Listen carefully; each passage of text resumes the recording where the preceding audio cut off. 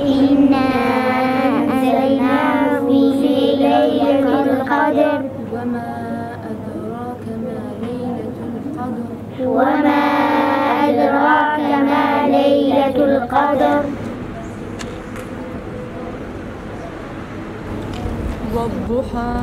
والضحى والليل إذا سجى ما ودعك ربك وما قلى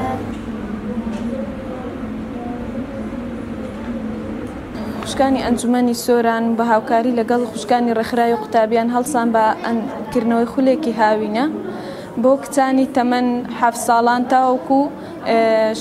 تاوەکو 15 ساڵی کە لێرە نزیکەی 50 بەشداربوومان هەبوو کە لێرە هەر یەک لەوانەکانی ژیاننامەی پێغەمبەر و پەروەردەی منداڵی موسڵمان و قورئان و کانیاوی ڕەوان بوو. سوپاس بۆ خوا توانیمان ئەم خولە بەسەر کەوتووی و بە بێ کەم و کورتی بەڕێوە ببین. سوپاسی قوتابیانی شەکەم کە هەمویان بە زۆر بە گەرموگوڕی پێشوازیان لەو خولە کردویان توانیان تێدا فێرە ئادابەکان و فێری قورئانیش ببن.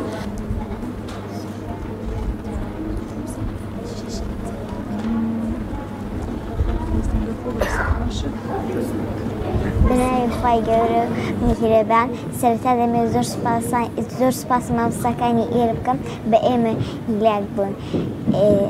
پێغەمبەرمان عیسا صلی الله علیه وسلم پرسیار لە خودای گەورە دەکات دەڵێ بۆچی ناخەوی، خودای گەورەش وەڵامی دەداتەوە و فەرمان دەکات دەڵێت یەک گڵاس ئاو بخە سەر دەستت، پێغەمبەر عیساش دەخاتە سەر دەستی و ناخەوێت، خەوی لێ دەکەوێت و بەرداغ ئاوەکە لە دەست بەردەبێتەوە، بەرداغ ئاوەکەش دەشکێت.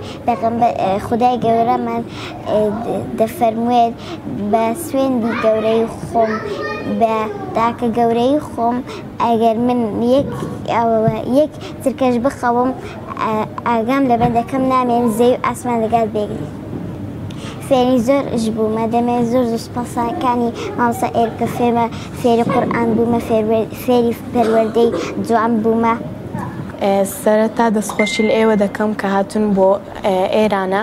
دەمەوێت دەستخۆشی لە یەکەیەکێ مامۆستایان بکەم کە ئەم هەلەیان بۆ ئێمە ڕەخسان کە فێری تەواوی قورئانی پیرۆز ببین و کاتەکانمان بە فیرۆ نەدەین، بە باشترین شێوە فێری قورئانی پیرۆز ببین و خوێندنەوەی و هەروەها دەمەوێت دەستخۆشی لە ئەنجومەنی دادگەری کۆمەڵ بکەم.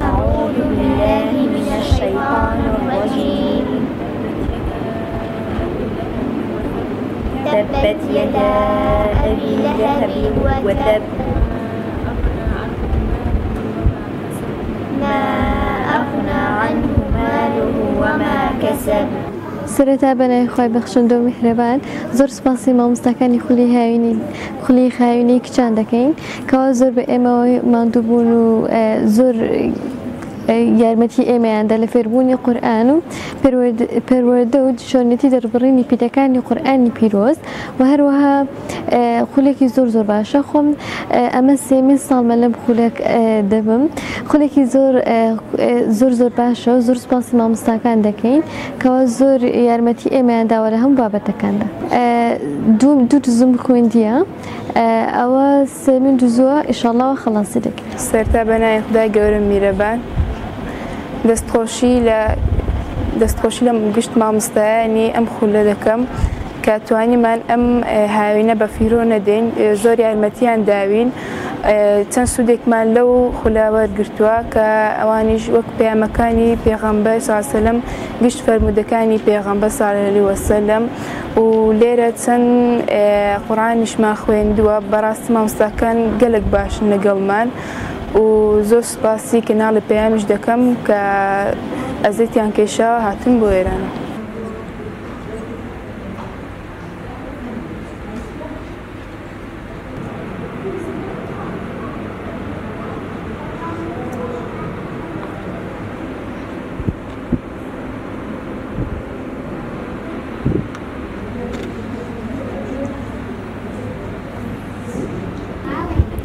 أعوذ بالله من الشيطان الرجيم بسم الله الرحمن الرحيم ويل للمطففين الذين إذا اكتالوا على الناس يستوفون وإذا كالوهم أو وزنوهم يخسرون ألا يظن أولئك أنهم مبعوثون ليوم العظيم يوم يقوم الناس لرب العالمين